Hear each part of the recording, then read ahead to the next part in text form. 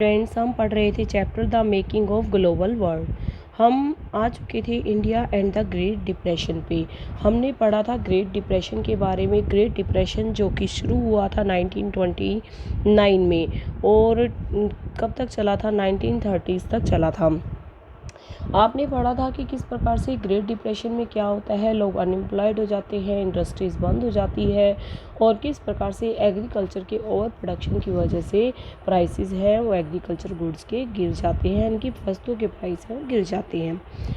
तो आज हम पढ़ेंगे India and the great depression. बेटा, इंडिया भी अगर विश्व के किसी भी देश में डिप्रेशन आया है तो इंडिया भी उससे बच नहीं पाया है। If you look at the impact of depression on India we realise how integrated the global economy. हम इसका इम्पैक्ट इंडिया पर भी देख सकते हैं और हम बता सकते हैं किस प्रकार से ग्लोबल इकोनॉमी आपस में जुड़ी हुई थी अर्ली 20th सेंचुरी में। The trimmers of a crisis in one part of the world were quickly relayed in other parts. यदि किसी भी विश्व के एक देश में संकट आता है तो उसका इफेक्ट दूसरों की लाइफ, दूसरे देश के लोगों की लाइफ पर भी पड़ता है, इकोनॉमिक्स पर पड़ता है और सोसाइटी पर पड़ता है। इन द 19th सेंचुरी में एज यू हैव सीन, जैसा कि आपने देखा है, colonial India had become an exporter of agriculture goods. India है वो एग्रीकल्चर गुड्स का एक्सपोर्टर था और मैन्युफैक्चर्ड गुड्स का इंपोर्टर था। यानी कि एग्रीकल्चर गुड्स है वो देश से बाहर भेजे जाते थे और मैन्युफैक्चर्ड गुड्स हैं वो देश से बाहर से मंगवाए जाते थे। Depression immediately effect Indian trade, और डिप्रेशन ने इंडियन ट्रेड को इमीडिएटली इफ़ेक्ट किया।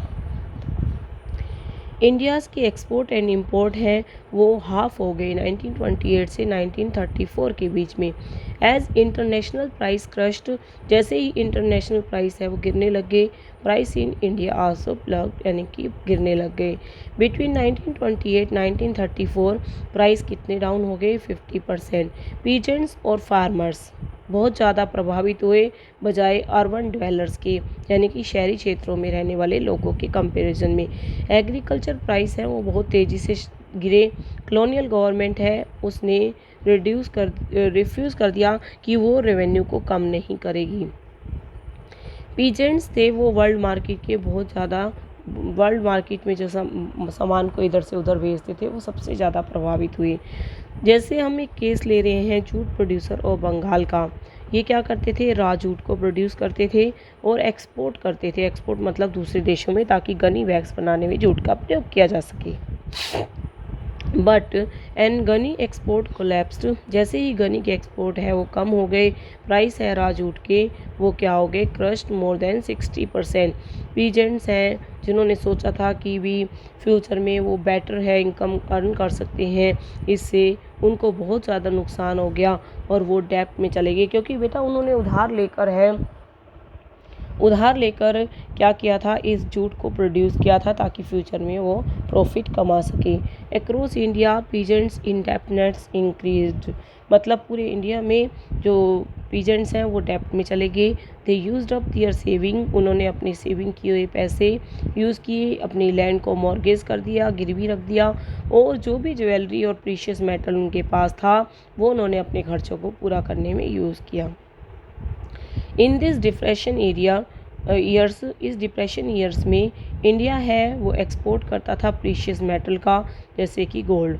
Famous economist John Maynard Keynes हैं, उन्होंने क्या कहा, India gold export promoted global economic recovery, की किसी भी प्रकार से ये गोल्ड है जो एक्सपोर्ट किया जा रहा है ये ग्लोबल इकोनॉमिक रिकवरी है वो करेगा। They certainly hoped to speed up British recovery but did little for the Indian peasant. Rural India was then seething with unrest when Mahatma Gandhi launched the civil disobedience movement at the height of depression in 1931. Mahatma Gandhi ने अपना सविनय अवज्ञा आंदोलन यानी कि civil disobedience movement launch कर दिया, जिसकी वजह से और भी ज़्यादा है वो अनरेस्ट हो गया। Depression prove less cream for urban India, पर जो डिप्रेशन है वो कम दुखदायी साबित हुआ अर्बन इंडिया के लिए।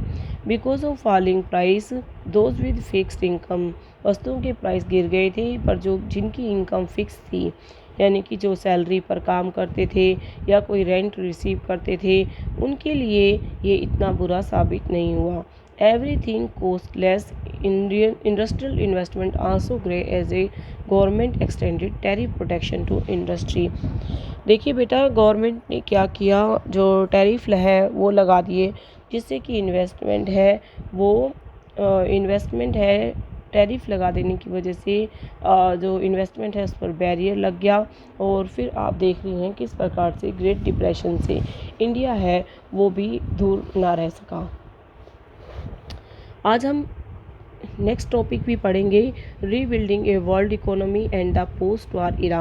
अभी तक आपने फर्स्ट वर्ल्ड वार के बारे में पढ़ा था, 1914 में शुरू हुआ था, 1918 में ख़त्म। यहाँ पर हम पढ़ेंगे second world war. Second world war है फर्स्ट वर्ल्ड वार के 2 डेकेड्स यानी कि 20 साल बाद हुआ था। It was fort between axis power में थे नाजी जर्मनी, जापान और इटली, और एलाइज पावर में फ्रांस, सोवियत यूनियन और यूएस। और ये जो युद्ध है वो 6 साल चला था, और ये युद्ध है वो काफ़ी तरीके से लड़ा गया था, लैंड, सी और एयर। वंस अगेन, और आपको पता है इस युद्ध में भी बहुत ज़्यादा लोग मारे गए थे, और 60 मिलियन पीपल हैं वो मारे गए थे। यानी कि हम यूँ कह सकते हैं कि 1939 में सेकेंड वर्ल्ड वार शुरू हुआ था, तो उस समय जितनी पॉपुलेशन थी उसका 3% लोग हैं वो मारे गए थे। Unlike in earlier wars, most of this death took place outside the battlefield. पर आपको पता है कि जो ये डेथ हुई थी वो आउटसाइड द बैटलफील्ड हुई थी। Many more civilians than soldiers, इसमें सिविलियंस ज़्यादा मारे गए थे, सोल्जर्स कम मारे गए थे। Vast part of Europe and Asia was devastated and several cities were destroyed. और आपको पता है कि काफ़ी सिटीज़ हैं उन पे बम डाल दिए गए, और आर्टिलरी अटैक कर दिया गया, जिसकी वजह से वहाँ पर बहुत ज़्यादा हानि हुई। War caused immense amount of economic devastation, war की वजह से बहुत ज़्यादा इकोनॉमिक लॉस हुआ था, और रिकन्स्ट्रक्शन है वो बहुत ही मुश्किल भी था और डिफ़िकल्ट भी था और लंबा प्रोसेस भी था। Two crucial influence shape post war reconstruction. पर वो पोस्ट युद्ध के बाद जो रिकन्स्ट्रक्शन है उसमें 2 बातों ने बहुत महत्वपूर्ण योगदान किया। पहला तो यूएस की इमरजेंस इकोनॉमिक, पॉलिटिकल और मिलिट्री पावर के रूप में पूरे वर्ल्ड में, और second dominance of Soviet union. It had made huge sacrifice, जिसने बहुत ज़्यादा सेक्रीफाइस किया था जब जर्मनी है नाजी जर्मनी डिफीट हुआ था, और ट्रांसफॉर्म इटसेल्फ, और ये इसने अपने आप को एक एग्रीकल्चर कंट्री है उससे ट्रांसफॉर्म करके वर्ल्ड पावर के रूप में उभर कर सामने आया था। During the very years when capitalist world was trapped in the, और कैसे ईयर में जब पूरा विश्व है वो ग्रेट डिप्रेशन का सामना कर रहा था। तो आपने देखा बहुत ही सिंपल सा चैप्टर है, जिसमें आपने देखा कि सेकेंड वर्ल्ड वार है उसमें बहुत सारे लोग मारे गए थे, और 1939 में जो जितनी पॉपुलेशन थी उसका 3% है वो इस युद्ध में मारी गई थी। और किस प्रकार से जो पोस्ट वार है वो रिकन्स्ट्रक्शन में इन दोनों बातों ने बहुत ही महत्वपूर्ण योगदान दिया। यूएस है वो पॉलिटिकल, इकोनॉमिक और मिलिट्री पावर बन गया, और दूसरा सोवियत यूनियन जिसने भी बहुत ज़्यादा डोमिनेंस है वो कर ली थी।